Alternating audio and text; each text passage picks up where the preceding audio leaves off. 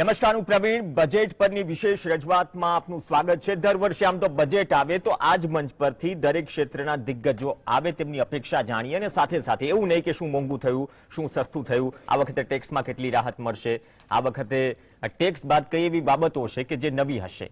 મોંઘું સસ્તું શું થયું એ કાલે ખબર પડશે, પરંતુ પૂર્વ સંધ્યાએ આપણે જે મુખ્ય બાબતો છે, કેમ કે રોજગારી, નાના ઉદ્યોગ સાહસિકો અને જે દેશની ઇકોનોમી છે, અર્થતંત્ર છે, કોવિડની પરિસ્થિતિમાં કોવિડ પહેલા જે સ્થિતિ હતી, ડ્યુરિંગ કોવિડ આપણે જે ભોગવ્યું અને જે જરૂરિયાત ઊભી થઈ, અત્યારે જે વેક્સિનેશનમાં જે બુસ્ટર ડોઝની વાત ચાલી રહી છે, તો બુસ્ટર ડોઝની અપેક્ષા બજેટથી પણ છે. પણ એ બુસ્ટર ડોઝ કયા કયા સેક્ટરમાં લગાવવાની જરૂર છે અથવા તો લાગશે, જમીની સ્તર પર તેના પર પણ ચર્ચા કરવી જરૂરી છે. તો આજે આપણે, કેમ કે સ્ટાર્ટઅપથી લઈને મુદ્રા લોનથી લઈને એમએસએમઈ થી લઈને, ગયા વખતે એમએસએમઈની થોડી વ્યાખ્યા બદલી, તો વ્યાખ્યા બદલવાથી શું તમામ પરિસ્થિતિઓ બદલી છે? કેમ કે આંકલન થાય, ઓડિટ જે શબ્દ છે, બજેટ ટુ બજેટ આંકલન પણ થાય, કઈ નીતિઓ કે કઈ યોજનાઓ આપણે લાવીએ છીએ કે કઈ જાહેરાતો કરીએ છીએ, તો વર્ષના અંતે તેમાંથી આઉટપુટ શું મળે છે, અને જે આઉટપુટ નથી મળતું, જે ગોલ સેટ કર્યો તે હિસાબથી, તો એના કરેક્શન શું, સજેશન શું, ઓપિનિયન શું, તમામ વિષય વસ્તુ બહુ જરૂરી છે. તો આજે આપણી સાથે પ્રી બજેટ ડિસ્કશનમાં એમએસએમઈ સેક્ટરના લોકો, ઉદ્યોગ સાહસિકોની શું અપેક્ષા છે તેના પર ચર્ચા કરીશું. અર્થશાસ્ત્રી પણ આજે પેનલમાં હશે.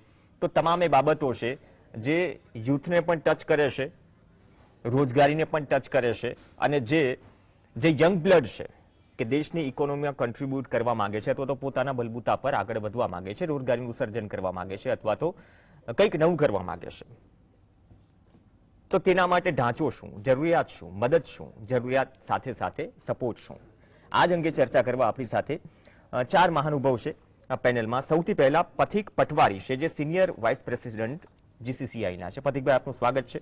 અદિતિ શાહ અમીન છે, જે એન્ટરપ્રિન્યોર છે અને ડિરેક્ટર છે Aditi air conditioning private limited. અદિતિબેન, આપનું પણ સ્વાગત છે. આત્મન શાહ અર્થશાસ્ત્રી તરીકે જોડાશે, અને અંકિત પટેલ, જે ચેરમેન છે ફોરેન ઇન્વેસ્ટમેન્ટ કાઉન્સિલ અને કો ચેરમેન છે ગુજરાત એમએસએમઈ કાઉન્સિલ ફિક્કી. તમામનું સ્વાગત છે. અંકિતભાઈ, આપથી શરૂઆત કરીએ. આમ તો દરેક વખતે આશા અપેક્ષા બજેટ પહેલા તો ચર્ચાની વાત હોય જ, પરંતુ મેં પેલા બુસ્ટર ડોઝ વાળી વાત કરી.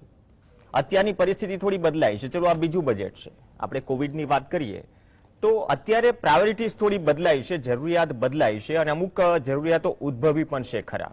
તો પહેલી વાત કે કોવિડે જ્યાં સુધી આપણે એમએસએમઈની વાત કરીએ, ઉદ્યોગ સાહસિકોની વાત કરીએ, જે રોજગારી પૂરી પાડે છે, એને શું અસર પહોંચાડી? અસર તો બહુ મોટી પહોંચાડી છે, પણ તેમાંથી મુખ્ય જે સેક્ટરમાંથી આપણે રિવાઇવ કરવાની વાત હોય તો તેનું પ્રતિબિંબ શું આશા અપેક્ષા તરીકે આ બજેટથી ઉદ્યોગ સાહસિકો કે આપ કે તમામ જે દિગ્ગજો છે આ સેક્ટર સાથે જોડાયેલા છો તે રાખીને બેઠા છો?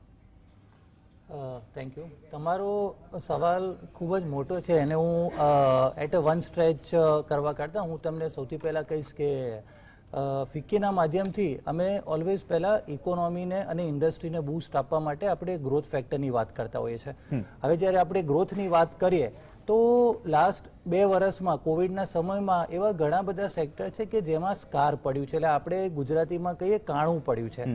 એ બધા સેક્ટરને આપણે પહેલા રિવાઇવ કરવા જોઈએ. દાખલા તરીકે ટુરિઝમ છે, હોસ્પિટાલિટી છે. હોસ્પિટાલિટી સેક્ટરની આપણે વાત કરીએ તો અત્યારે લાસ્ટ 1 વર્ષમાં કોવિડ સેકન્ડ વેવ પછી ઘણા બધા અલગ અલગ નિર્ણયો સરકાર તરફથી લેવામાં આવ્યા. અત્યારે બી આપણે વાત કરીએ તો 10 વાગ્યા સુધીનું કર્ફ્યુની લિમિટ છે. હવે 10 વાગ્યા સુધીની કર્ફ્યુની લિમિટમાં રેસ્ટોરન્ટ કે હોટલ્સવાળા કેટલો બિઝનેસ અને એમનું ગ્રોથ થઈ શકે એ લોકો જ કહી શકશે. પણ એ પ્રકારના નિર્ણય આપણે લેવા જોઈએ કે જેનાથી હોસ્પિટાલિટી અને ટુરિઝમ સેક્ટરને બૂસ્ટ મળે. બીજું હું વાત કરીશ કે જે આપણા ગવર્મેન્ટના ડિપોઝ છે અને જે ગવર્મેન્ટના ઇન્ફ્રાસ્ટ્રક્ચરની આજુબાજુ આપણે જોઈએ છે કે ઘણા એવા નાના નાના હેન્ડીક્રાફ્ટ્સ કે ઘર ઉદ્યોગો છે. હવે આપણે હેન્ડીક્રાફ્ટ્સની વાત કરીએ તો એ લોકો એટલા ટેકનિકલ નો હાઉ વાળા નથી હોતા કે એમના પ્રોડક્ટ ડિજિટલી માર્કેટ કરી શકે. તો જો આપણે એ લોકોને એ નો હાઉ આપીએ તો ડિજિટલ ટ્રાન્સફોર્મેશન થાય ને એ ગ્રોથમાં એમનો ફાળો આવે. ફોર એક્ઝામ્પલ કે કચ્છનો રણોત્સવ આ કોવિડની સિચ્યુએશનમાં થયું તો ત્યારે પણ જીએસટીવીએ સ્ટોરી કરી હતી કે હેન્ડીક્રાફ્ટ અને જે વસ્તુઓ લઈને આવે છે તે લોકોને અસર પહોંચી છે. એટલે એના વિકલ્પ તરીકે માનો છો અત્યારની સિચ્યુએશન મુજબ તમે એ કહેવા માંગો છો કે એનો એક વૈકલ્પિક એક રસ્તો કાઢવો પડશે કે જેનાથી તે લોકોને ફિનાન્શિયલી સપોર્ટ મળે, એક નવો રસ્તો મળે પોતાના માર્કેટ માટે. બીજી હું વાત કરીશ, આપણે જોઈએ છે કે અત્યારે દેશભરમાં, ગુજરાતમાં બી આપણે નવું સ્ટેડિયમ બન્યું છે જે એવું કહેવાય કે વર્લ્ડનું સૌથી મોટું સ્ટેડિયમ છે. હવે ઘણા બધા સ્ટેડિયમની અંદર અલગ અલગ પ્રકારની સ્પોર્ટ્સ રમાઈ રહી છે, પણ છેલ્લા 2 વર્ષથી વ્યુઅર્સને કોવિડના પ્રોટોકોલના કારણે આપણે એમને મર્યાદિત કરીને એમાં લિમિટેડ કર્યું છે. હવે એના લીધે આટલા ખૂબ ખર્ચથી કરીને બનાવેલા જે સ્ટેડિયમ હોય એમાં ઇન્કમ એટલી થતી નથી. હવે આપણે જોવા જઈએ ત્યારે ટેકનોલોજી અને ઓટીટી પ્લેટફોર્મના લીધે આ બ્રોડકાસ્ટિંગ થઈ રહ્યું છે ને સ્ટેડિયમને માર જોઈએ એના કરતાં થોડોક ઓછો પડ્યો છે, કારણ કે એ લોકો ડિજિટલ અને ઓટીટી પ્લેટફોર્મથી એમની સમહાઉ થોડી ઘણી ઇન્કમ મેનેજ કરી શક્યા છે. આ બી એક એમએસએમઈને થોડોક ગ્રોથ આપી રહી છે. એટલે કહેવાનું વસ્તુ એ છે કે એવા 10 થી 12 અલગ અલગ સેક્ટર છે કે જેની અંદર જો ગવર્મેન્ટ કાલે બૂસ્ટર ઇન્જેક્શન આપે તો એ બધા સેક્ટર વધારે અને પહેલા રિવાઇવ થશે. પછી આપણે વાત કરીએ તો મેન્યુફેક્ચરિંગની વાત કરીએ અથવા નવી ઓપોર્ચ્યુનિટીની વાત કરીશું, તેમાં ડિફેન્સ પ્રોડક્શન જે અત્યારે ઇન્ડિયાની અંદર સૌથી મોટું સેક્ટર છે, જેમાં આપણે આર્મી છે, નેવી છે, એરોસ્પેસ છે. હવે ડિફેન્સ સેક્ટરની અંદર જે એમએસએમઈ છે એ લોકો જો એમએસએમઈ જ ખાલી લોકલ સપ્લાઈઝ કરે તો 1.5 થી 2 લાખ કરોડનું સપ્લાય થઈ શકે અને એનાથી એમએસએમઈને ઘણો સારો બૂસ્ટ મળી શકે. બીજું ખાસ તો હું ભારત સરકારને એક ખાસ અભિનંદન કહીશ કે એમને જે નિર્ણય લીધો છે કે 200-200 કરોડ સુધીનું કોઈ બી ટેન્ડર હોય તો એમાં ડોમેસ્ટિક અથવા લોકલ કંપનીઝ હોય એમને જ ચાન્સ આપો. એનાથી બી એમએસએમઈ કંપનીને ઘણો સારો ફાયદો થઈ રહ્યો છે. ઓકે, ચલો પ્રોડક્શન ઇનોવેશનની પણ બાદમાં વાત કરીશું, પણ જે વાત અંકિતભાઈએ કરી, પથિકભાઈ એમાં કોઈ વસ્તુ જોડવા માંગશો એક્સપેક્ટેશન સાથે સાથે? કેમ કે એક વાત તો બહુ ક્લિયર થઈ ગઈ કે અત્યારની સિચ્યુએશન જે ડિમાન્ડ કરે છે, એક તો એક અલગ સિચ્યુએશન છે ચેલેન્જિંગ, તો પડકાર આપ શું માનો છો? એક તો ઉદ્યોગ સાહસિકો માટે, એમએસએમઈ સેક્ટર માટે સ્ટાર્ટઅપ હોવા છતાં ગયા વર્ષના થોડા આંકડાઓ 2-4 વર્ષના કાઢીએ તો તેમાં પણ થોડું ચિંતાજનક છે, ડાઉનફોલ છે, અને ઉપરથી કોવિડ આવ્યો. તો એક તરફ તમારી એક્સપેક્ટેશન છે, એક તરફ આપણે પેલું તિજોરી વાળી વાત કહીએ ને કે સેક્ટર બધા ડિમાન્ડ કરે છે અને પણ સાથે સાથે અમુક લિમિટેશન્સ પણ છે. તો મુખ્ય જે મુદ્દાઓ છે, 3 કે 4 મુદ્દાઓ જે ગયા વર્ષની કમ્પેરિઝનમાં, ગયા બજેટની કમ્પેરિઝનમાં, એ કયા હોઈ શકે આપના તરફથી એમએસએમઈ માટે કે ઉદ્યોગ સાહસિકો માટે ડિમાન્ડ તરીકે, અને જ્યાં સુધી ફોકસ કરવાની વાત છે ઇકોનોમીને સાથે લિંક કરીને ફિનાન્સ મિનિસ્ટર કે સરકાર માટે? સૌ પ્રથમ તો કહીશ કે આ વર્ષનું બજેટ ખૂબ ચેલેન્જિંગ બજેટ રહેવાનું છે. 2 રીતે, એક કે એઝ અ સિટીઝન્સ અને as a industry or as a common main આપણી એક્સપેક્ટેશન બહુ હશે કોવિડ ફેઝ પછી. બીજી બાજુ સરકારની પણ ચેલેન્જ એટલી છે કેમ કે એ લોકોએ પણ ખૂબ રેવન્યુ લોસ કર્યો છે, વેક્સિનેશનમાં ખાસું ઇન્વેસ્ટમેન્ટ થયું છે, અને આટલા લાર્જ સ્કેલનું જ્યારે વેક્સિનેશન લીધું હોય તો એની પણ એક ચેલેન્જ એક જુદી પ્રકારની હોય.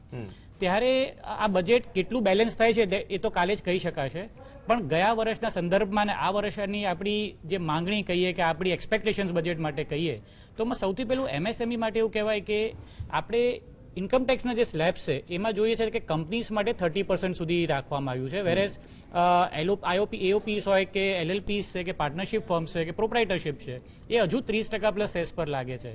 તો જ્યારે આપણે એમએસએમઈને પાછી રિબિલ્ડ કરવાની છે તો એને એટ પાર વિથ કંપનીઝ લાવી જોઈએ, અને ઇવન પર્સનલ ટેક્સ સ્લેબ્સ જે અત્યારે 30% છે હાઈ ઇન્ડિવિજ્યુઅલ ઇન્કમ માટે, તો એ બધાને પણ 25% લાવવો જોઈએ. એનાથી ટેક્સેશનનો બેઝ વધી જશે અને કલેક્શન તો એટલું આવશે, પ્લસ એક ઓફિશિયલ ઇન્કમ લોકોનું બતાવવાનું એક બૂસ્ટ મળશે બધાને. બીજું હતું કે એમએસએમઈને જે ફંડિંગ થવું જોઈએ કદાચ જોઈએ એટલું નથી થતું. આપણે બેન્કિંગ સેક્ટરમાં જે રિવ્યુઝ ક્વાર્ટરલી થતા હોય છે એ આરબીઆઈએ મંથલી કરીને જોવું જોઈએ કે દરેક એમએસએમઈને જે ટાર્ગેટ એમનું ફંડિંગનું હોય એ મંથ ટુ મંથ બેંક્સ કરી શકે, તેથી ફંડ ફ્લો એમએસએમઈનું ઇઝી થઈ જાય અને એમનું ગ્રોથ ઇઝી થઈ જાય. સમયસર અને પૂરતો. સમયસર અને પૂરતો, યસ, એક્ઝેક્ટલી. બીજું મોસ્ટ એફિશિયન્ટ આપણે જોવાનું હોય તો ચાઇના પ્લસ પોલિસી છે. આપણે જોયું છે કે પોસ્ટ કોવિડ વર્લ્ડની નજર ઇન્ડિયા પર છે as an alternative to China. અને નથિંગ રોંગ ઇન દેટ કે આપણે ઓલ્ટરનેટિવ છીએ અને કાલે જો એને સારી રીતે આપણે એક્સેપ્ટ કરશું તો કાલે આપણે ચાઇનાથી પણ આગળ વધી શકીએ છીએ. પણ એ તરફ જવા માટે આપણે જે ચાઇનાની ઓલ્ટરનેટિવ પ્રોડક્ટ્સ અહીં બનાવવાની છે તેના માટે સરકારે, કોમર્સ મિનિસ્ટ્રીએ, ફાઇનાન્સ મિનિસ્ટ્રીએ ભેગા બેસીને એક ચાર્ટર કરવું પડશે કઈ કઈ પ્રોડક્ટ્સ એની અંદર આવે છે. અને એ પ્રોડક્ટ જ્યારે એમએસએમઈને તે આપે અને એમએસએમઈને જો રાઇટલી એને ફાઇનાન્સ કરવામાં આવે, એને સારો સપોર્ટ સિસ્ટમ આપવામાં આવે, એને એક ડેવલપમેન્ટ ઇકોસિસ્ટમ આપવામાં આવે તો એ બધી ચાઇનાની જે પ્રોડક્ટ્સ છે ઇન્ડિયામાં બની શકે છે. અને ઇન્ડિયાથી જ્યારે એક્સપોર્ટ થશે તો ડેફિનેટલી આપણા જીડીપીને અને જે આપણું 5 ટ્રિલિયન ઇકોનોમીનું સ્વપ્ન છે તે આપણે સાકાર કરી શકીએ. બીજું હતું સ્ટાર્ટઅપ. તમે જેમ સ્ટાર્ટિંગમાં કીધું કે ઇનોવેશનમાં શું થઈ શકે, આપણે જોયું તો અત્યારે ઇન્ડિયામાં લગભગ 70,000 જેટલા સ્ટાર્ટઅપ રજીસ્ટર્ડ છે સ્ટાર્ટઅપ ઇન્ડિયા પર. એમાંથી 5,000 જેટલા આશરે સ્ટાર્ટઅપ ગુજરાતથી આવે છે ને લગભગ 3500 જેટલા એમાં અત્યારે સક્ષમ છે કે જે હજુ એક્ઝિસ્ટન્સમાં છે. હવે સ્ટાર્ટઅપને જ્યારે પ્રોત્સાહન આપવામાં આવશે, એમને પબ્લિક પ્રોક્યોરમેન્ટમાં જો ભાગ લેવામાં આવશે તો એ લોકોને એક ગ્રોથ બહુ ફાસ્ટ મળશે. અત્યારે આપણે જોઈએ છે કે ગવર્મેન્ટ ટેન્ડર્સ એક મેજર બાયર થઈ શકે તો એક એવું બેરિયર ખસેડવામાં આવે કે સ્ટાર્ટઅપને પણ એની અંદર સમાવેશ કરવામાં આવે, એમના માટે એક લેવલ સુધીના ટેન્ડર્સ એમને અલોટ કરવા માટે ફરજિયાત કરવામાં આવે તો સ્ટાર્ટઅપને એક નેસેસરી માર્કેટ બનશે. સ્ટાર્ટઅપને બેઝિકલી જોઈએ તો 3 વસ્તુની જરૂર હોય છે. એક મેન્ટરશિપ, એક બીજું ફંડ્સ અને ત્રીજું માર્કેટ. મેન્ટરશિપ માટે ઓલરેડી આપણે ત્યાં ખૂબ સરસ ઇન્ડસ્ટ્રીયલિસ્ટ, ઇકોનોમિસ્ટ અવેલેબલ છે જે એમને શીખવાડી શકે છે. ફંડ્સ માટે જેમ આપણે એસએમઈ ફોરમ ચાલુ કર્યું છે જેની અંદર એસએમઈ પણ લિસ્ટ થઈ શકે છે, એ રીતે સ્ટાર્ટઅપ માટે એવું કંઈ પ્રોવિઝન થાય જેનાથી સ્ટાર્ટઅપને ફંડ મળતું ઇઝી થઈ જશે તો એનો ગ્રોથ અને વેગ મળશે એને. અને મોસ્ટ ઇમ્પોર્ટન્ટ કે જ્યારે ટેક્સેશનની વાત આવી સ્ટાર્ટઅપ માટે તો એન્જલ ઇન્વેસ્ટર્સને ખૂબ મોટો એક સામાન્ય રીતે બીજા લોંગ ટર્મ કેપિટલ ગેઇન સાથે લેવામાં આવે છે. જો એન્જલ ઇન્વેસ્ટર્સ સ્ટાર્ટઅપમાં ઇન્વેસ્ટ કરતા હોય તો એવા એને એક પ્રોત્સાહન આપવા એનું એટલીસ્ટ 50% ટેક્સ સ્લેબ ઓછો હોવો જોઈએ નોર્મલ કેપિટલ ગેઇન કરતા. ઓકે, તો નોર્મલી વાત એ થઈ રિક્વાયરમેન્ટ કે એન્જિન સ્ટાર્ટ તો કરી દીધું પણ ગાડી આગળ ચલાવવાની છે અને ચલાવવા માટે જે જરૂરી વસ્તુઓ છે તે પણ આપવી પડશે. ઇકોનોમિસ્ટ પાસે જવું આત્મનભાઈ પહેલા એક રિએક્શન અદિતિબેન પાસે પણ લઈ લઉં. અદિતિબેન, આપના સેક્ટરની શું ડિમાન્ડ છે? કેમ કે અમુક વસ્તુઓ છે ને હવે સમય સાથે સાથે આપણે માનીએ છીએ કે આ તો ભાઈ લક્ઝરિયસ આઇટમ છે, લાઈક એસી કે પછી રેફ્રિજરેટર કે અથવા વોશિંગ મશીન અત્યારની નીડ છે. તમે એક મહિલા પણ છો, એન્ટરપ્રિન્યોર પણ છો, તો આ પરિસ્થિતિમાં કમ્પેર ટુ લાસ્ટ બજેટ આપણે શહેર અને ગ્રામ્ય વિસ્તારને બંનેને ધ્યાનમાં રાખીએ તો કેટલી પરિસ્થિતિઓ મતલબ કે બદલાય કોસ્ટમાં, ડિમાન્ડમાં અને સામે આ ઇન્ડસ્ટ્રી સાથે સંકળાયેલા જે લોકો છે તેમની ચેલેન્જીસ શું વધી જેથી આપણને થોડો ડાઉનફોલ પણ જોવા મળ્યો છેલ્લા 1.5-2 વર્ષમાં? ડેફિનેટલી સૌથી પહેલા વાત કરવા જઈએ આપણે તો એર કન્ડિશનિંગ ભલે it's a necessity right now પણ તો પણ હજી એને લક્ઝરી ગુડ્સમાં જ ગણાય છે. એની પર લાર્જેસ્ટ ટેક્સ સ્લેબ લાગે છે વિચ ઇઝ 28%. તો આપણે અને એની સામે આપણે રેફ્રિજરેટરની વાત કરીએ કે વોશિંગ મશીનની વાત કરીએ, જે બીજી બધી ઘરની વસ્તુઓ છે, it is still considered at 18%. તો એર કન્ડિશનિંગ સૌથી પહેલાં આપણે 28% સ્લેબમાંથી કાઢીને 18% સ્લેબમાં કદાચ મૂકી શકીએ તો it be a huge boost for a industry. Secondly, જે અમને પ્રોબ્લેમ પડતો હોય છે અમારી ઇન્ડસ્ટ્રી માટે તમને વાત કરું તો ઘણી બધી વસ્તુ એર કન્ડિશનર્સ ઇક્વિપમેન્ટ હોય વ્હાઇટ ગુડ્સ એ 28% પર બિલ થાય છે, જ્યારે એના કમ્પોનન્ટ છે એ બધા 18% પર બિલ થઈ રહ્યા છે હજી સુધી. તો એ જ એનું બહુ જ બધું કન્ફ્યુઝન છે માર્કેટમાં કે આપણે 18% પર ફૂલ ટર્નકી પ્રોજેક્ટ બિલ કરીએ કે આપણે 28% પર આખું પ્રોજેક્ટ બિલ કરીએ. તો the lot of confusion in the market. એના માટે હજી સુધી કોઈ જ ક્લેરિટી છે નહીં અને એના લીધે બહુ જ બધી લિટિગેશન થાય છે, કોર્ટ કેસીસ ચાલે છે, જેના લીધે એમએસએમઈઝનું ફોકસ જે કામ કરવાના બદલે એમાં વધારે ટાઈમ જતો રહે છે. So that is one point જે આપણે આ બજેટમાં કદાચ ચેન્જીસ કંઈ આવી શકે વિલ બી વેરી નેસેસરી. બીજો એક ઇમ્પોર્ટન્ટ પોઈન્ટ જે મારે રેઝ કરવો તો એ છે જે ગવર્મેન્ટનું પ્રોડક્શન લિંક્ડ ઇન્સેન્ટિવ છે વિચ ઇઝ પીએલઆઈ. પીએલઆઈ અત્યાર સુધી ખાલી લાર્જ કંપનીઝ માટેનું જ છે. ગયા વર્ષે 6,000 કરોડ ગવર્મેન્ટે પીએલઆઈ તરીકે ડિસમ્બર્સ કર્યા છે, જે 26 કંપનીઝ ઓઈએમ્સ, ખાલી એર કન્ડિશનિંગની વાત કરું, એર કન્ડિશનિંગમાં 26 ઓઈએમ્સ એનો બેનિફિટ લઈ શક્યા છે. એ લોકો ખાલી એલિજિબલ થયા છે. એટલે મોટી કંપની, મોટી કંપની, બધી મોટી કંપનીઓને પ્રોત્સાહન મતલબ કે આ પ્રોત્સાહનનું પેલું પગથિયું છે? એક્ઝેક્ટલી. સો ઇલેક્ટ્રોનિક કમ્પોનન્ટ જે મેજર પાર્ટ છે જે આપણે ઇમ્પોર્ટ કરતા હોય છે, ચાઇનાથી હોય કે વિયેટનામથી હોય, એ બધા પર કસ્ટમ્સ ડ્યુટી ઇન્ક્રીઝ વધારી કાઢી છે. એની સામે એને ઇન્ડિયામાં મેન્યુફેક્ચર કરવા માટે ગવર્મેન્ટ વધારે પ્રોત્સાહન કરી રહી છે. પણ એની સામે જે PLI હોય એ ખાલી લાર્જ કંપનીઝ માટે છે. તો લાર્જ કંપનીઝ પાસે ઇઝીલી એમનું પાસે બેકઅપ છે કે એ જ બેક ઇન્ટિગ્રેટ કરીને એ લોકો ઇઝીલી મેન્યુફેક્ચર કરી શકે છે. પણ જે MSMEs છે, જેમને આ સેક્ટરમાં નવા એડ થવું છે કે નવું કામ કરવું છે, એ લોકો પાસે કોઈ જ ઇન્સેન્ટિવ નથી કે એ લોકો આ ઇન્ડસ્ટ્રીમાં એન્ટર થઈ શકે. સેકન્ડલી, એ લોકો પાસે ના એવું ફંડ હોય કે આટલી મોટી કંપની સામે એ લોકો લડી શકે. જેના લીધે MSMEs ને ઘણો બધો નુકસાન થઈ રહ્યું છે કે આ ઇન્ડસ્ટ્રીમાં આવું છે પણ આવી નથી શકતા. જ્યારે એર કન્ડિશનિંગ ઇન્ડસ્ટ્રી દર વર્ષે યર ઓન યર એના 8 થી 10% ગ્રોથ છે. એટલું બધું નવા એમ્પ્લોયમેન્ટ જનરેટ કરી શકે છે, પણ આપણે એનો બેનિફિટ લઈ નથી શકતા અત્યારના. ઓકે, એટલે સીધી રીતે રોજગારીના સર્જન ઉપર પણ ફરક પડે છે જ્યાં સુધી ગ્રોથની વાત આવે. આત્મન શાહ, 3 વ્યક્તિઓને સાંભળ્યા. 2 કોમન મુદ્દા, આપણે ક્યાંય બહુ ઊંડું નથી ઉતરવું. એક તો નાના ઉદ્યોગોની સ્થિતિ અને નાના ઉદ્યોગો જે રોજગારીનું સર્જન કરે છે, કેમ કે રોજગારી સળગતો પ્રશ્ન જ છે. આપણે જાણીએ છીએ કે રેકોર્ડ સ્તર પર ગયો ડ્યુરિંગ કોવિડ.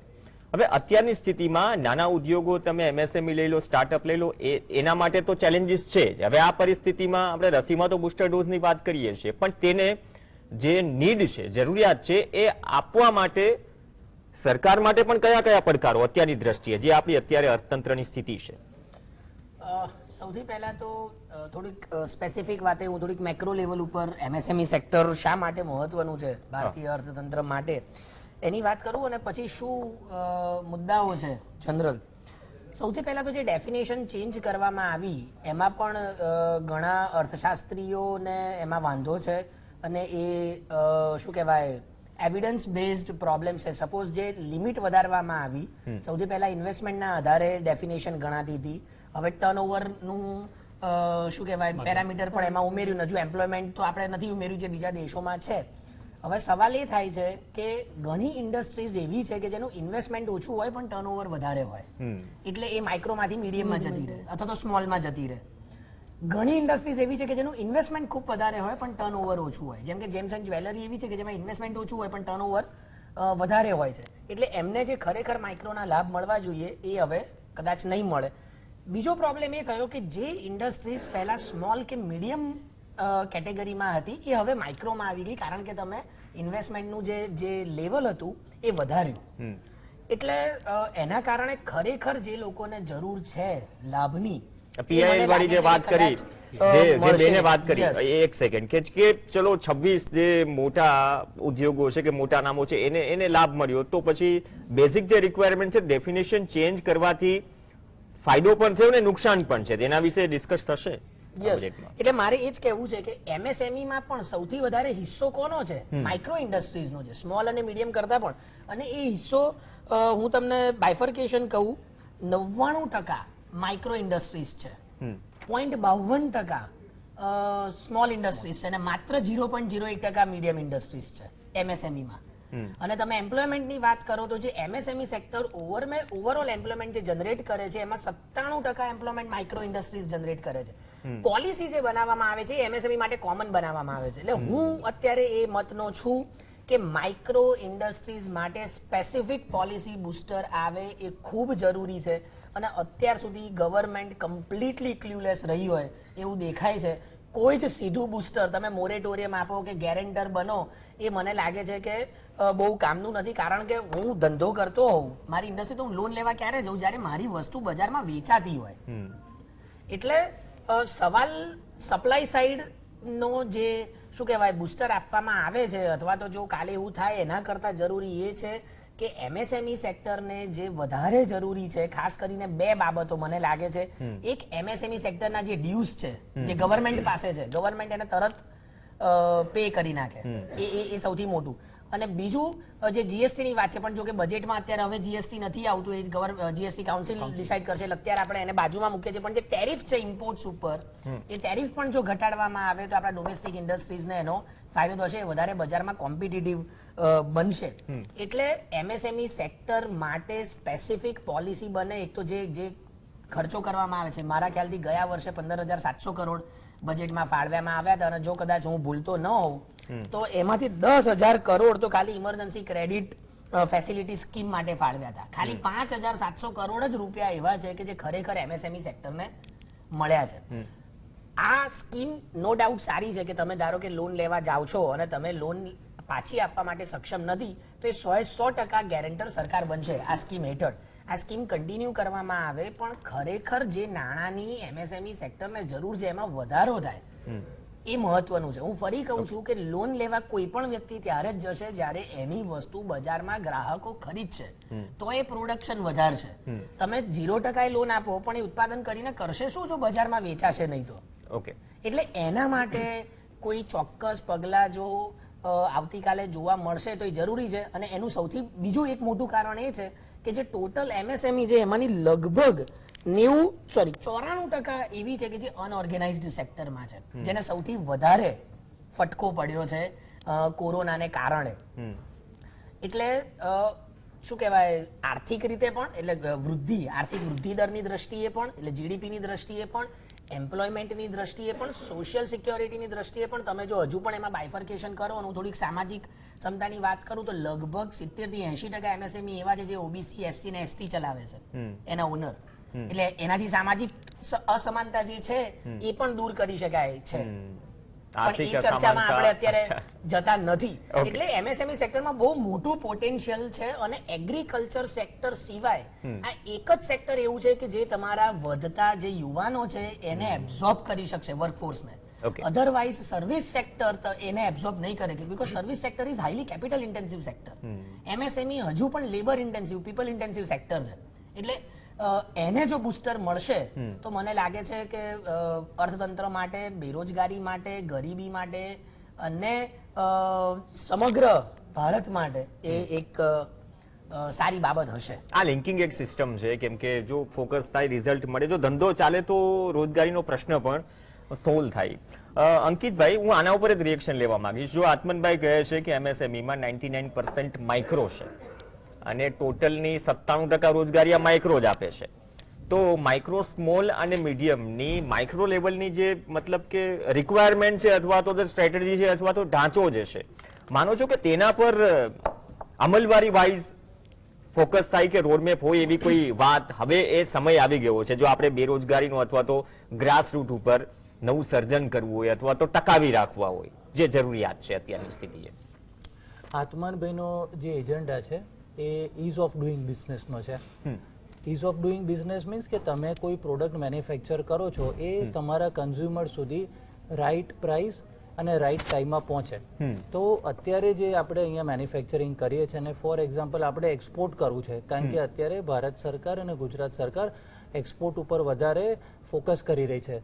તો કોઈ બી પ્રોડક્ટ અહીંયાથી આપણે ફોર એક્ઝામ્પલ અમેરિકા મોકલીએ છીએ કે યુરોપ મોકલીએ છીએ, તો અહીંયાથી ઇન્ડિયાથી જ્યાં સુધી વસ્તુ બહાર જાય છે એ જે પ્રોસેસ છે એ ઘણો સમય લઈ રહી છે. પછી એ કસ્ટમ ડિપોર્ટ્સમાં હોય કે ઇન ટ્રાન્ઝિટ હોય, એમાં હવે એ જ આપણે ઉલટું કરીએ કે કોઈ વસ્તુ આપણે અમેરિકાથી કે સિંગાપોરથી, દાખલો લઉં હું, તો સિંગાપોરથી અમદાવાદ મારી ઓફિસે વસ્તુ 48 કલાકમાં આવી જાય છે. એટલે એ જે ડિફરન્સ છે એને આપણે મેચ કરવાનો છે. સેકન્ડલી એમને વાત કરી 5,000 કરોડ, 15,000 કરોડ ને એવા હજારો કરોડની, અને આપણે લાસ્ટ બજેટમાં સાંભળ્યું હતું 20 લાખ કરોડ.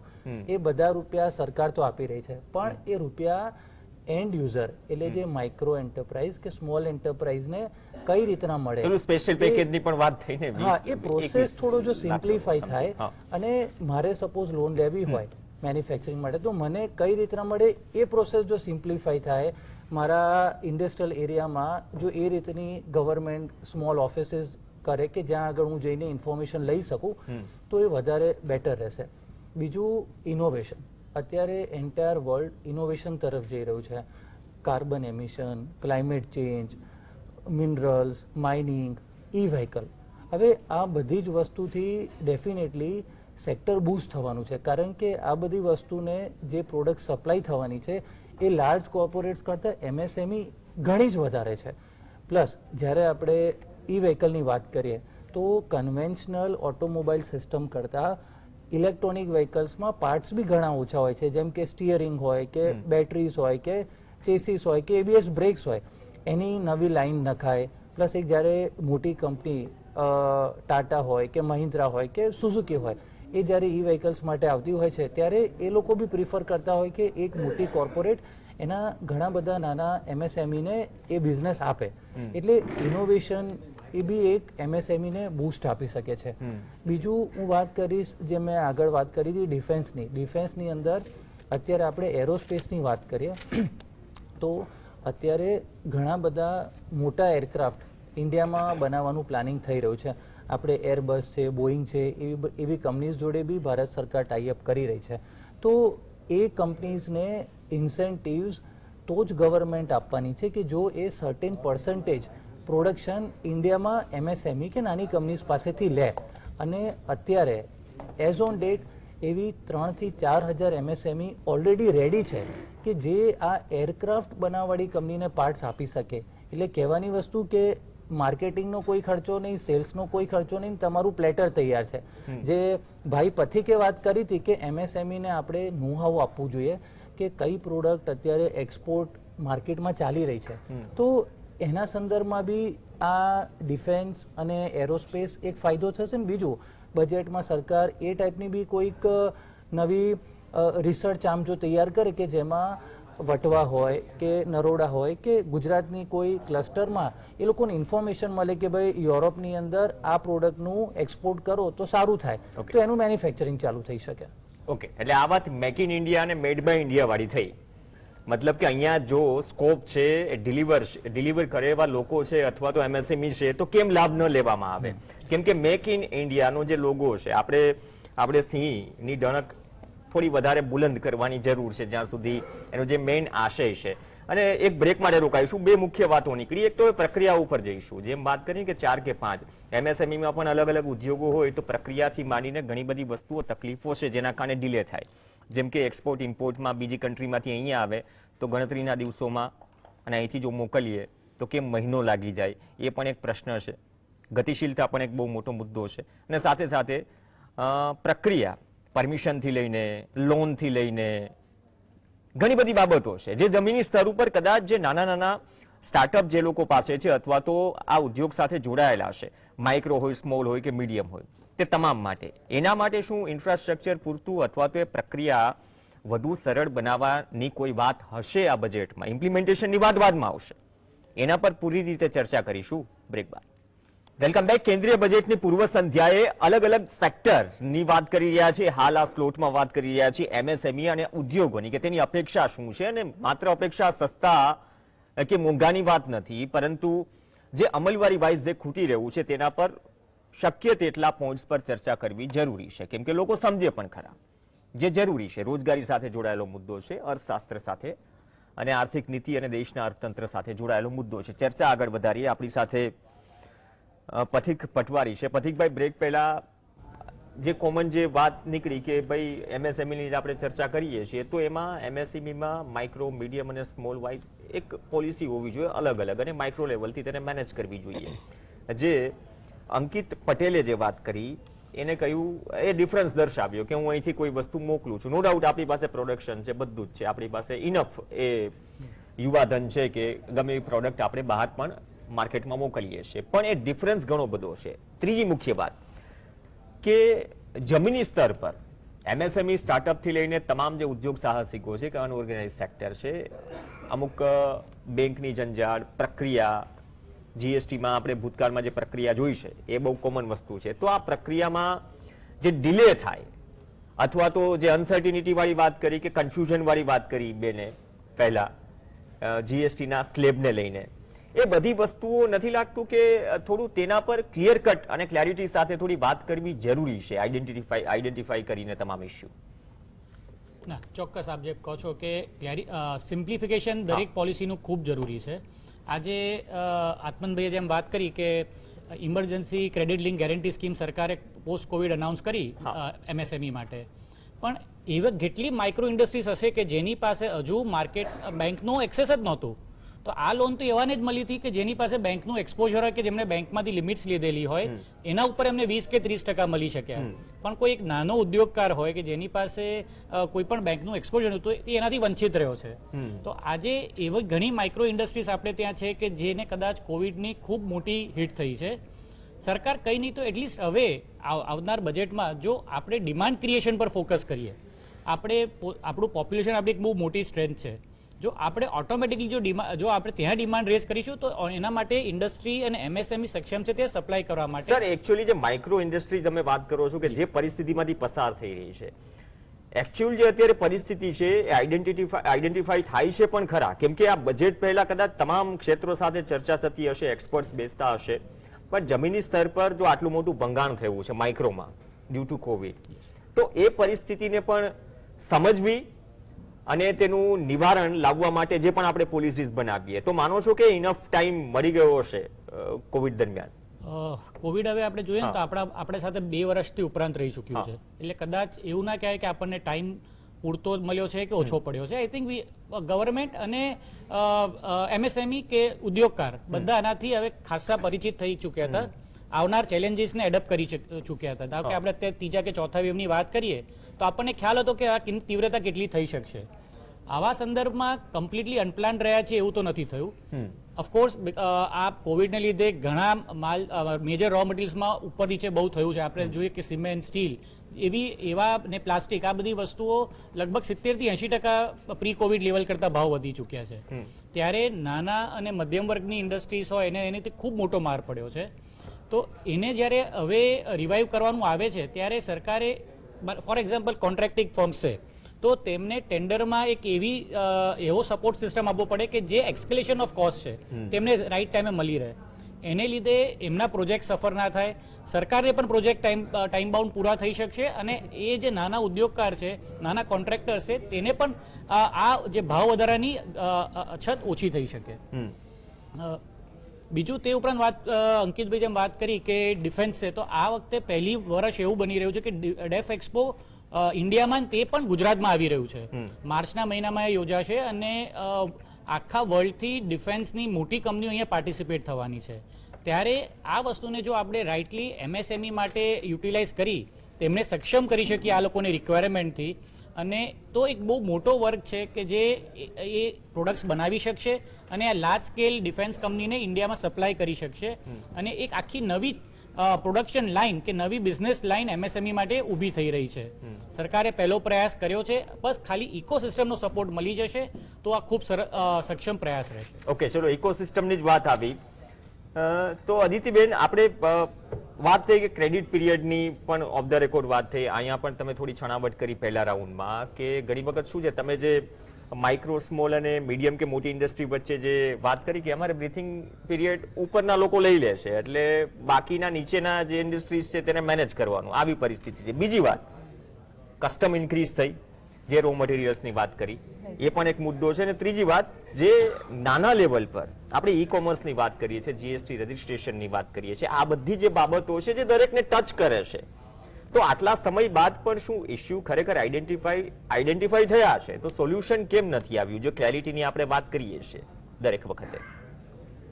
સો આપણે વાત કરીએ તો તમે 2 અલગ મુદ્દા ઉપાડ્યા છે. હું પહેલા ક્રેડિટ લિમિટની વાત કરું. MSMEમાં as per the rules, as per the guidelines એવું હોય છે કે 45 ડેઝમાં એમને પૈસા મળી જવા જોઈએ. કોઈ પણ MSME હોય 45 ડેઝનું ક્રેડિટ પીરિયડ એ લોકોનું હોય છે. જે રીતે પથિકભાઈએ વાત કરી કે એ લોકોને ગવર્મેન્ટ ટેન્ડર્સ MSME માટે કરવા જોઈએ, પણ 45 ડેઝમાં એ પૈસા મળતા નથી. ઘણી બધી વખત એવું થતું હોય છે કે લોકોને મોટી કંપનીઝ MSME સાથે કામ નથી કરવું હોતું બીકોઝ 45 ડેઝમાં એ લોકોને પૈસા આપવા ના પડે એના માટે. બીજો એક પ્રોબ્લેમ એ પણ થતો હોય છે કે ઘણી બધી વખત એ લોકો પરચેઝ ઓર્ડર જ લેટ ડેટનો બનાવતા હોય, જેનાથી 45 ડેઝના બદલે 90 ડેઝનો ક્રેડિટ પીરિયડ થઈ જાય કે 120 ડેઝનો ક્રેડિટ પીરિયડ થઈ જાય. આ એક પ્રોબ્લેમ પણ ખબર છે.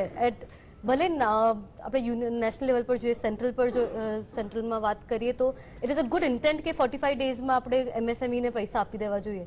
ઇન્ટેન્ટ સારો છે પણ ગ્રાઉન્ડ લેવલ પર એ વસ્તુ થતી નથી. જે ખબર છે પણ કેવી રીતે સુધારવાનું એના માટે અગર કંઈ ક્લેરિફિકેશન આવી શકે આ બજેટમાં ગુડ થિંગ. અને બીજી તમે જે ઈ કોમર્સની વાત કરી, સો બીઇંગ અ વુમન આંટરપ્રનર, કોવિડે ઘણા બધા કોવિડના ટાઈમમાં ઘણા બધા વુમન આંટરપ્રનર્સ લોકો કેટલા બધા નવા નવા બિઝનેસ ચાલુ કર્યા છે લોકોએ, કેટલા બધા આર્ટિઝન્સ છે. અનફોર્ચ્યુનેટલી તમે કદાચ ખબર હોય તો ઈ કોમર્સની વેબસાઇટ પર તમારે કમ્પલસરી જીએસટી રજિસ્ટ્રેશન કરાવવું પડે છે. જીએસટી રજિસ્ટ્રેશન કરાવવા માટે તમારું કંપનીનું ટર્નઓવર મિનિમમ 40 lakhs હોય છે, તો જ તમે જીએસટી રજિસ્ટર કરાવી શકો છો. હવે આ બધા જે હોમ બેકર્સ હોય કે આર્ટિઝન્સ હોય, નાના કે સ્મોલ સ્કેલ વુમન આંટરપ્રિનર્સ હોય, એ લોકોને કોવિડના ટાઈમમાં એ લોકો ફિઝિકલી વેચવા જઈ નતા શકતા. એ લોકોનું ધી ઓનલી વેચવાનું માધ્યમ હતું ઓનલાઈન પ્લેટફોર્મ, પણ ઓનલાઈનમાં એ લોકો એ જ ઓનલાઈન ઈ કોમર્સની વેબસાઇટ પર વેચી નતા શકતા. જે આની બાબતમાં પણ કદાચ કાલના બજેટમાં કંઈક આવી શકે વુડ બી ગ્રેટ. ઓકે, ચલો પ્રક્રિયાની વાત કરીએ. આત્મનભાઈ, બહુ કોમન એક મુદ્દો છે ને, ઘણી વખત એ નીકળે છે કે ભાઈ આપણે સિંહ બનવું છે પ્રોડક્શનની બાબતમાં. ચાઇનાથી મોં છૂટી ગયો ઘણાનો તો અહીંયા આવશે પ્રેક્ટિકલી. અને અહીંયા આપણે મેન્યુફેક્ચરિંગ જો આપણા જ ભારતીયો ચલો મેન્યુફેક્ચર કરે અને એમએસએમઈ પાસે ચલો એ સપોર્ટ મળે કે તમને એક તો વર્લ્ડ વાઇડ માર્કેટ મળે અને કોસ્ટ આપણે બેર કરી શકીએ કે કોમ્પિટિશનમાં ટકી શકીએ, હવે ઇન્ડિયા લેવલ પર કે વર્લ્ડ લેવલ પર. તો એ બધી જ વસ્તુઓની છણાવટ એક અત્યાર સુધી નથી દેખાઈ રહી, કેમ કે અત્યાર સુધીના જે પ્રોબ્લેમ આવ્યા, કેમ કે તમે મેન્યુફેક્ચરિંગ તો કરી લો, પછી પ્રાઇસમાં કમ્પીટ કરવાનું છે. મેન્યુફેક્ચરિંગ ગમે એટલું કરી લેશો, પ્રાઇસમાં કમ્પીટ નહીં કરી શકો તો અલ્ટિમેટલી એ વસ્તુ નહીં મળે. તો જે ગોલ સેટ થાય છે આપના હિસાબથી, અર્થશાસ્ત્રના સ્ટુડન્ટ તરીકે, અર્થશાસ્ત્રી તરીકે, આપના મતે સરકાર શું ગોલ સેટ કરશે ઇન ટર્મ્સ ઓફ જે બેઝિક માઇક્રો લેવલની વાત કરી કે માઇક્રો ઇન્ડસ્ટ્રીઝ માટે અને તેનાથી રોજગારીના સર્જન માટે? કેમ કે અત્યારે બહુ મોટો મુદ્દો એ છે, કેમ કે રોજગારી જેમ જેમ મળતી થશે વધારે, તો તેમ તેમ જ્યારે અર્થવ્યવસ્થા કમ્ફર્ટેબલ હોય તો રોજગારીનો પ્રશ્ન થોડો ઓછો હોય. તો એના પર સ્પેસિફિક ફોકસ કરાશે ઢાંચાથી?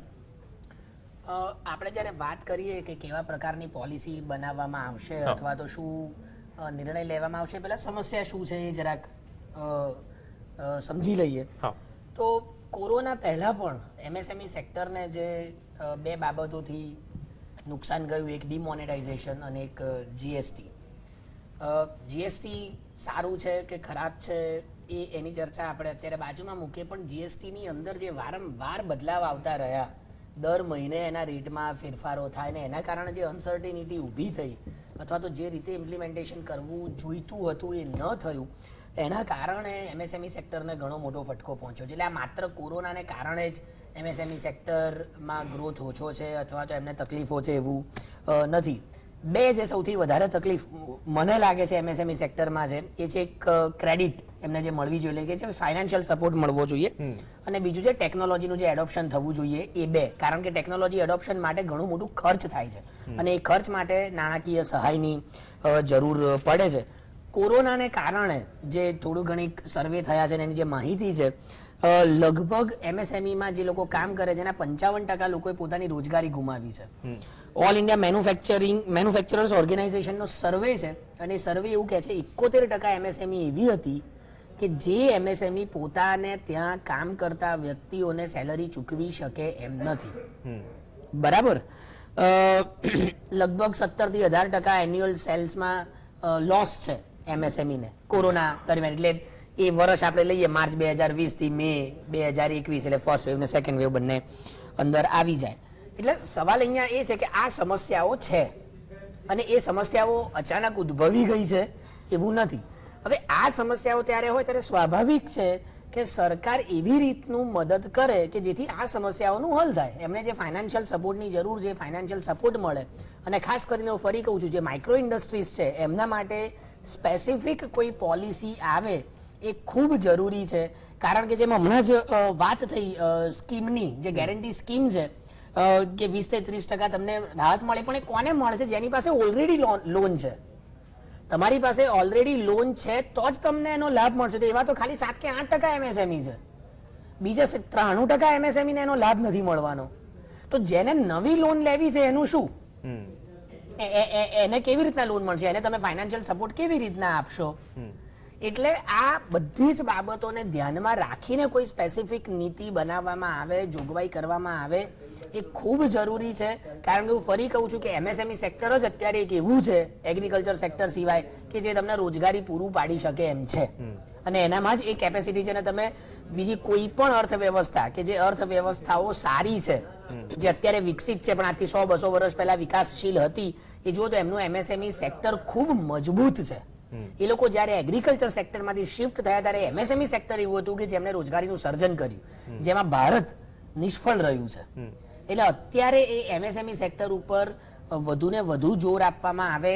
MSME સેક્ટરની અંદર પણ જે અનઓર્ગેનાઇઝડ સેક્ટર છે એમને કોઈક રીતે સમાવવામાં આવે, એમના માટે કોઈ ચોક્કસ નીતિ બનાવવામાં આવે. કારણ કે અનઓર્ગેનાઇઝડ સેક્ટરમાં એ હોય એટલે સ્વાભાવિક છે કે તમારી પાસે ડેટા નથી, અથવા તેમને કેવી રીતના લાભ પૂરા પાડવા, અથવા તો જે બેંક સાથે કનેક્ટેડ નથી એમને કેવી રીતના લાભ પૂરા પાડવા, એ બધી જ બાબતોને ધ્યાનમાં રાખવી ખૂબ જરૂરી છે.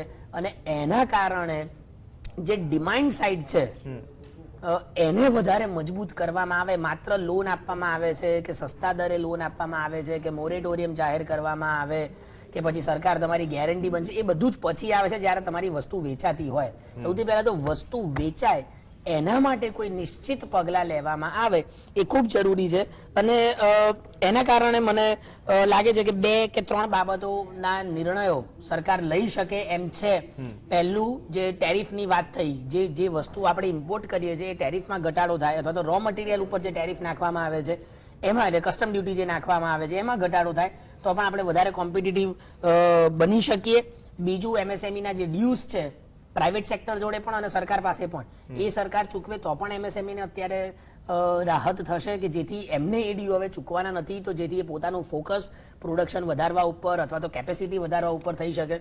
અને આમ પણ કોરોના પહેલા પણ જે MSME ની શું કહેવાય જે ફૂલ કેપેસિટી છે એના ખાલી 70% કેપેસિટી યુઝ થાય છે, અને કોરોનામાં એ ઘટીને 13% આવી છે. એટલે ફરી પાછી એ ફૂલ કેપેસિટી સાથે MSME સેક્ટર આગળ વધે, પ્રોડક્શન થાય તો જ રોજગારીનું સર્જન વધુમાં વધુ થશે. તમે જો કદાચ મારા ખ્યાલથી ગઈકાલ કે આજે જ ડેટા આવ્યો છે કે 3 કરોડ લોકો બેરોજગાર છે. અને CMI નો રિપોર્ટ પણ ચિંતાજનક હતો જ નહીં. હું તો પોસ્ટ કોવિડ પછી કહું છું, પોસ્ટ કોવિડ એ ડ્યુરિંગ કોવિડ, તો એમાંથી સર્વાઈવ નથી કરી શક્યા હજુ. એ ચિંતાજનક વિષય છે જ્યાં સુધી રોજગારીના સર્જનની વાત છે. અંકિતભાઈ, આપની પાસે જ આવીશ, કેમ કે રોજગારી માટે જ આવીશ. એમ્પ્લોયમેન્ટ, એક તો આપણે યંગ બ્લડની વાત કરીએ છીએ, એને જે એમ્પ્લોયમેન્ટ આપવાની વાત છે, અને જે આત્મનભાઈ કહે છે કે એગ્રીકલ્ચર બાદ આ એક સેક્ટર એવું છે, આના પાયા મજબૂત કરો તો સરકાર કોઈ પણ વાહવાહી થાય કે પરફોર્મન્સ જમીની સ્તર પર છે. પણ એક તો એક્સપેક્ટેશન છે, સામે ચેલેન્જીસ છે, એમ્પ્લોયમેન્ટ ઊભી કરવાની છે, અને બીજી વાત કે આપણે લોકલ પ્લેયર્સને ઇન્ટરનેશનલ માર્કેટમાં મૂકવાની વાત કરીએ છીએ, પણ સર્વાઈવ તો કરવું પડશે ને. મેન્યુફેક્ચરિંગ કોસ્ટ વાળી બાબત જે છે કે પછી તમે કમ્પીટ કઈ રીતે કરશો, તો નથી લાગતું કે આપના મતે MSME માં કોઈ પણ ઇન્ડસ્ટ્રી હોય, કોઈ પણ સેક્ટર હોય, તેમના માટે આ બેઝિક 3 વસ્તુઓ છે જે બહુ જરૂરી છે. બજેટ કોઈ પણ ઉઠાવી લઈએ, અને બીજી વાત, બજેટ ટુ બજેટ ચર્ચા થાય છે. બજેટ પછી જેમ ત્રિમાસિક ગાળો આવે એમ 3 મહિને, મતલબ કે એનાલિસિસ નથી થતું, ઓડિટ નથી થતું કે આપણે આ વસ્તુ મૂક્યું તો 3 મહિનામાં રિઝલ્ટ શું મળ્યું. અંકિતભાઈ, જે આત્મનભાઈએ કીધું કે ઘણા બધા લૂપ હોલ્સ છે, MSME ને પૂરતી ઇન્ફોર્મેશન નથી મળી રહી, સરકારે જે પ્રકારના બેનિફિટ આપવા જોઈએ નથી આપ્યા. હા, હોઈ શકે કે 70% એ સાચું હશે, અને હું બી એવું માનું છું કે કદાચ કોઈ જગ્યાએ લૂપ હોલ્સ ઘણા બધા રહી ગયા છે. પણ હું તો આવનારા બજેટની અંદર અને બજેટ સિવાય બી જે MSME ઉદ્યોગો છે એ લોકોની બી કહીશ કે ઘણા બધા ગુજરાતમાં કે ઇન્ડિયામાં એવી ઇન્સ્ટિટ્યુશનલ બોડી છે જેમ કે GCCI છે, FICCI છે, CII છે, ગવર્મેન્ટના રિસર્ચ આર્મ છે કે જે ઇન્ફોર્મેશન પ્રોવાઈડ કરે છે. તો MSME ઉદ્યોગોના જે ઓનર્સ હોય કે એમને ત્યાં સેકન્ડ ટીમ હોય, એ લોકો આ બધા ઇન્સ્ટિટ્યૂટ્સ કે રિસર્ચ આર્મની અંદર જઈને એ લોકોના જે ઇન્ફોર્મેટિવ સેમિનાર્સ કે કોન્ફરન્સીસ થતા હોય એ બી અટેન્ડ કરવા જોઈએ, પ્લસ જે ઓનલાઈન સેશન્સ થતા હોય છે એ બી અટેન્ડ કરવા જોઈએ. અને એના સિવાય જે આપણે વાત થાય છે કે કઈ રીતના આને આપણે બૂસ્ટ કરીશું, તો સૌ પ્રથમ જે નવી ઓપોર્ચ્યુનિટીઝ આવી રહી છે એને આપણે એન્કેશ કરવી જોઈએ. સેકન્ડલી કે જે ઇન્ડસ્ટ્રીમાં સ્કાર છે, જે મેં સૌથી પહેલો મુદ્દો ઉઠાવ્યો હતો કે જેની અંદર કાણું પડી ગયું છે. એ બી- ઓઝોનના પડ જેવી વાત થઈ જ્યાં સુધી જમીન સ્તર, ભલે આપણે જમીનની વાત કરીએ છીએ. એ ઇન્ડસ્ટ્રીને પાછી ઊભી કરવા માટે ગવર્મેન્ટે બજેટની અંદર એના નિર્ણયો લેવા જોઈએ. પછી જે ઇલેક્ટ્રિસિટી કોસ્ટ છે, વોટર કોસ્ટ છે, એ બધા કોસ્ટ કઈ રીતના ઓછા થાય એનું વિચારવું જોઈએ.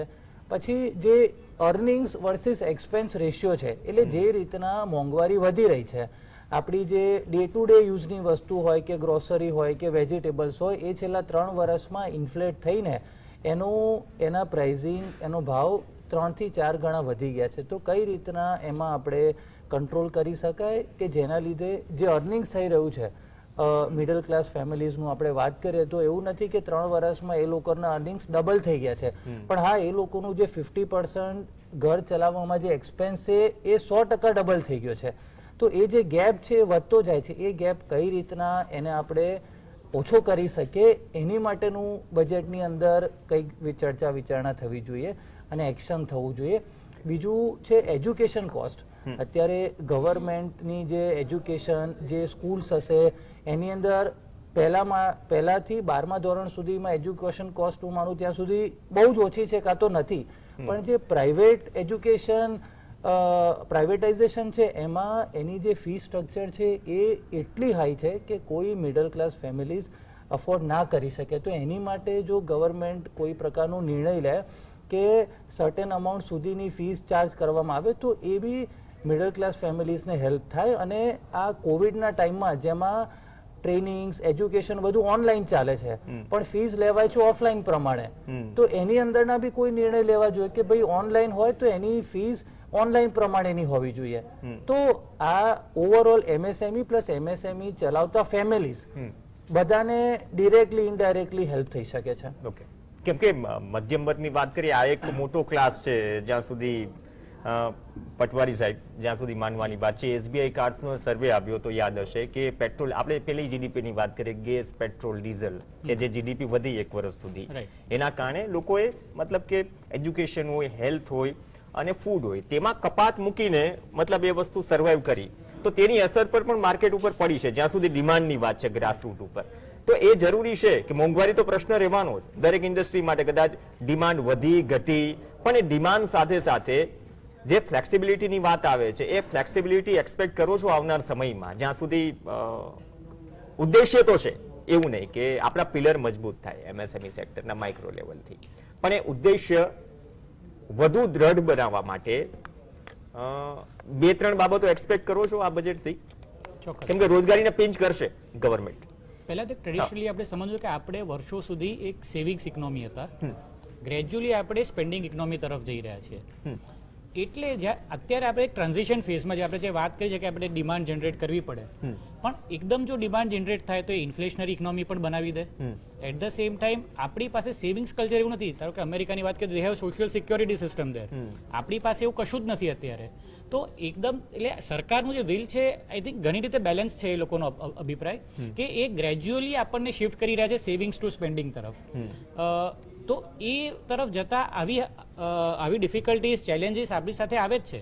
પણ જેમ મિત્રે કીધું કે એ રીતે આપણે આપણી ઇન્ડસ્ટ્રીઝ, આપણા જે કોર છે, આપણું એગ્રીકલ્ચર પછી MSME જાવ કે આપણું કોર રહેતું, એમાં માઇક્રો આપણું જે મેજર રહેતું હોય, તો એને કેવું હેન્ડ હોલ્ડિંગની જરૂર પડે, એને કઈ રીતે આપણે સક્ષમ કરી શકીએ કે કાલ ઉઠીની ચેલેન્જીસ એક્સેપ્ટ કરે, આવનાર સમયનો પડકારે ઝીલી શકે અને મોટી ઇન્ડસ્ટ્રીઝનો એને ખાઈ ના જાય, એ એની સામે ટકી રહી શકે, રાધર એનું સપોર્ટ સ્ટ્રક્ચર બનીને રહે. તે માટેનું બજેટ પાસેથી ખૂબ અપેક્ષા છે આ વખતે. મેં આપને પહેલા પણ જેમ કીધું કે ટેક્સ સ્ટ્રક્ચર છે એ એક બહુ મોટી ચેલેન્જ થાય કે તમે માઇક્રો ઇન્ડસ્ટ્રીઝ હશે એ બધી લગભગ LLP, પ્રોપ્રાઇટર કે પાર્ટનરશિપમાં હોય, તો એમને તમે 30%થી લઈને જો 25% લાવી દો તો એની એક રાહત એમને એક મળશે. બીજું છે GST. તો GSTના રિફંડ્સ મને કદાચ એવું ખ્યાલ નથી કે GSTમાં બહુ ફેરફાર ટેક્સ સ્લેબ્સમાં એવું બન્યું નથી કદાચ ઇમ્પ્લિમેન્ટેશન પછી, પણ GSTનું ઓવરઓલ ઇકોનોમીમાં 2 કે 3 જ સ્લેબ રહેશે. કોઈ પણ ડેવલપ ઇકોનોમીની આપણે વાત કરીએ તો ત્યાં 1 કે 2 સ્લેબ હોય છે GSTના. તો આપણું પણ આજે ટ્રાન્ઝિશન અત્યારે થઈ રહ્યું છે મલ્ટી સ્લેબ્સમાંથી.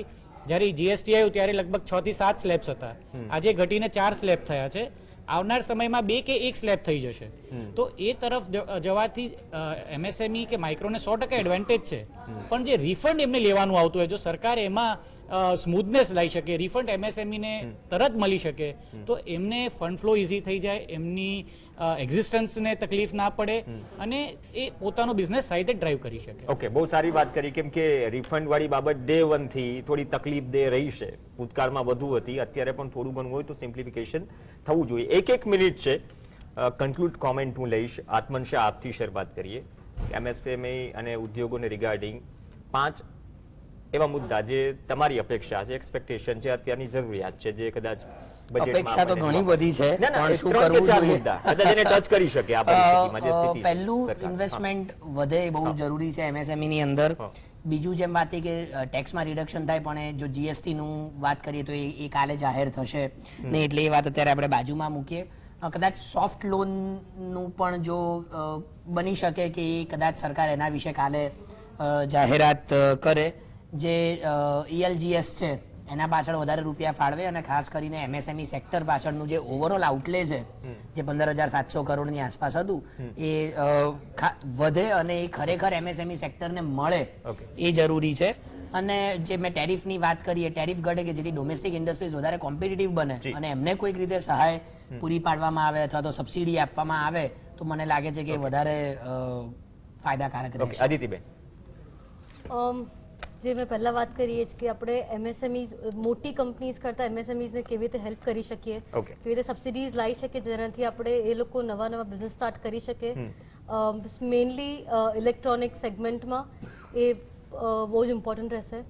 બીજી એક વસ્તુ હું ખાલી એક જ મેં ટચ નથી કર્યું, પણ બીજી એક વસ્તુ મારે કહેવાની હતી એ છે કે આપણે ક્રિપ્ટો જે ઇમ્પોર્ટન્ટ માર્કેટ બની રહ્યું છે in the current industry, in the current day and age, બહુ જ બધા યુવાનો ક્રિપ્ટોમાં ઇન્વેસ્ટ કરી રહ્યા છે. હજી ગવર્મેન્ટનું કોઈ જ એની આગળનું આવ્યું નથી નોટિફિકેશન કે ક્લેરિટી એક્સપેક્ટ કરી રહ્યા છીએ. એક્ઝેક્ટ. તો એના માટે કદાચ કોઈ ક્લેરિટી ક્રિપ્ટો કરન્સી માટે આવી શકે વુડ બી ગ્રેટ, બીકોઝ બહુ જ લોકો એમાં ઇન્વેસ્ટ કરી રહ્યા છે. અને લાસ્ટ પોઈન્ટ, વુમન એન્ટરપ્રેન્યોર્સ માટે કેવી રીતે એ લોકોને આપણે ગાઈડન્સ આપી શકીએ નવા બિઝનેસ સ્ટાર્ટ કરવા માટે ને. ઓકે, 20 સેકન્ડ સમયનો ભાવ છે અંકિતભાઈ, એન્ડ ધેન કોમોડિટી પ્રાઇસિંગમાં કંટ્રોલ થાય, સ્ટીલ, સિમેન્ટ જે MSME પર ડાયરેક્ટ ઇફેક્ટ થાય છે. રિસર્ચ એન્ડ ટ્રેનિંગની અંદર ડેવલપમેન્ટ થાય, એક્સપોર્ટ્સની અંદર ફોકસ થાય અને એમ્પ્લોયમેન્ટ જનરેશન વધે. ઓકે, હું સંક્ષેપમાં કહીશ કે આપણું યુથ આપણું ડેમોગ્રાફિકનો મેઇન પાર્ટ છે. જો આપણે એમને જોબ સિકર્સ કરતા જોબ ક્રિએટર્સ બનાવીશું તો ઓટોમેટિકલી ઇકોનોમીને ખૂબ સરસ વેગ મળશે. ઓકે, ચલો, બહુ સારી વાત થઈ. જે રિક્વાયરમેન્ટ છે, આશા અપેક્ષા છે પૂર્વ સંધ્યાએ એ રહેવાની, પરંતુ એમાંથી કેટલી પૂરી થશે અથવા તો પરિસ્થિતિ અનુસાર કેટલો બૂસ્ટર ડોઝ કયા સેક્ટરને લાગશે આવતીકાલે ખબર પડશે. પણ એક વાત તો નક્કી થઈ કે આત્મનિર્ભર બનાવવાવાળી વાત છે, તો થોડા આત્મનિર્ભર બની શકીએ. જ્યાં સુધી કૃષિ બાદ MSME સેક્ટરની વાત છે, તો આત્મનિર્ભરના નારા માટે થોડું સિમ્પ્લિફિકેશન પણ કરવું પડશે અને થોડું ફંડિંગ પણ કરવું પડશે અને એશ્યોરન્સ પણ આપવું પડશે. આભાર તમામ મહાનુભાવો મંચ પર જોડાયા બજેટ સ્પેશિયલમાં. આ સાથે ચર્ચામાં હાલ બસ આટલું જ. નમસ્કાર.